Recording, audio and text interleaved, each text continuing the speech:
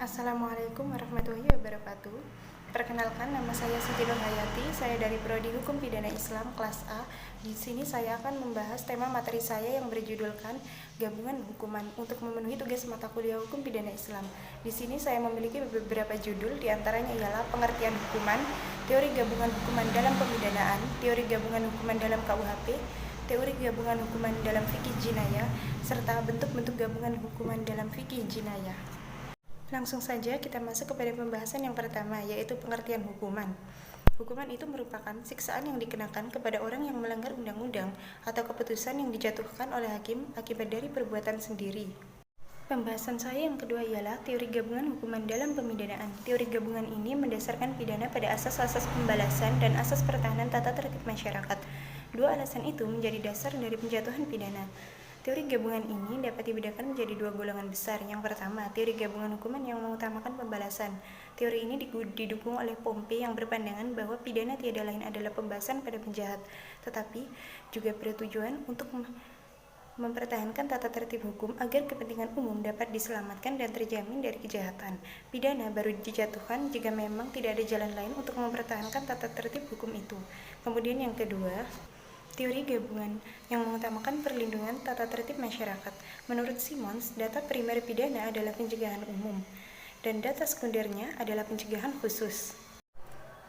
Sifat membalas pidana adalah sifat umum pidana, tetapi tujuan dari pidana. Sebab tujuan pidana adalah hakikatnya adalah perlindungan tata tertib masyarakat. Herbert L. Packer mengemukakan ada tiga teori yang merupakan tujuan pemidanaan, yaitu yang pertama, untuk pembalasan atau teori retributif atau teori absolut. Dua versi utama teori retributif, yaitu pembalasan dendam dan penebusan dosa.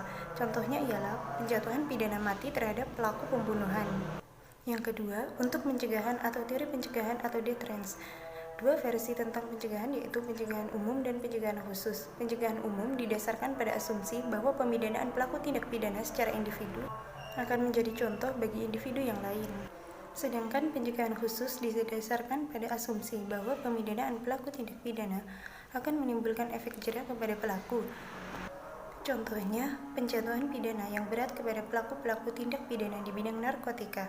Kemudian yang ketiga, untuk membuat pelaku menjadi tidak atau incapacitation.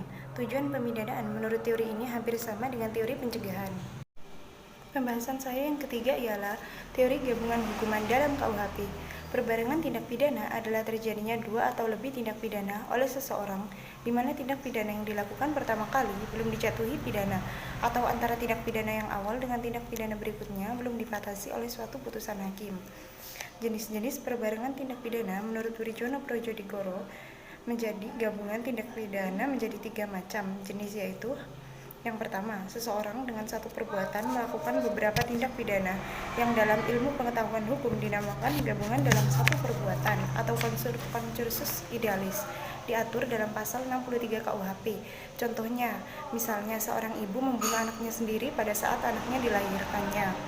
Perbuatan ibu ini dapat masuk dalam pasal 338 dengan 15 tahun penjara dan pasal 341 dengan 7 tahun penjara. Maksimum pidana yang dikenakan adalah yang terdapat dalam pasal 341 atau lex specialis, yaitu 7 tahun penjara. Yang kedua, seseorang yang melakukan beberapa perbuatan atau yang masing-masing merupakan tindak pidana, tetapi dengan adanya hubungan antara satu sama lain dianggap sebagai suatu perbuatan yang dilanjutkan, diatur dalam pasal 64 KUHP. Contohnya, seseorang yang mencuri suatu tumpukan kayu illegal logging akan tetapi tidak sanggup mengangkut kayu itu sekali jalan, jadi ia terpaksa untuk mengangkutnya secara bolak-balik. Jadi dalam hal ini ia melakukan tindak pidana. Kemudian yang ketiga, seseorang melakukan perbuatan yang tidak ada hubungan satu sama lain dan masing-masing merupakan tindak pidana. Hal ini dalam ilmu pengetahuan hukum dinamakan gabungan dalam beberapa perbuatan atau concursus realis, diatur dalam pasal 65 dan 66 KUHP. Contohnya, misalnya seseorang dalam keadaan mabuk mengendarai mobil di waktu malam tanpa lampu.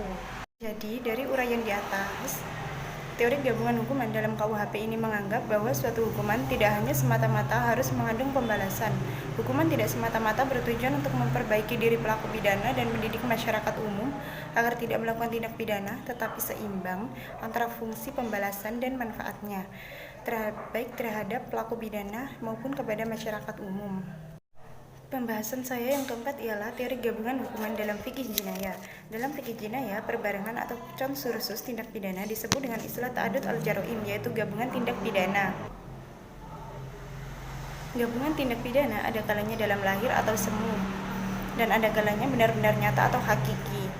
Gabungan tindak pidana dalam lahir adalah apabila pelaku memperbuat suatu perbuatan yang dapat terkena bermacam-macam ketentuan hukum, seperti melakukan penganiayaan terhadap seseorang yang orang tersebut tidak bersalah.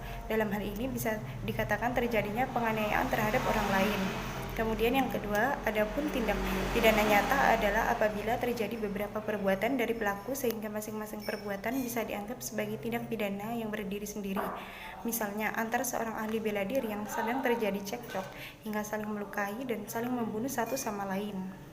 Dapat disimpulkan bahwa gabungan tindak pidana atau jarima apabila seseorang melakukan beberapa macam tindak pidana yang berbeda, masing-masing dari perbuatan tersebut belum mendapatkan putusan akhir dari hakim terhadap kejahatan tersebut, sehingga kejahatan tersebut diistilahkan dengan gabungan tindak pidana. Pembahasan saya yang kelima ialah bentuk-bentuk gabungan hukuman dalam fikih jinayah.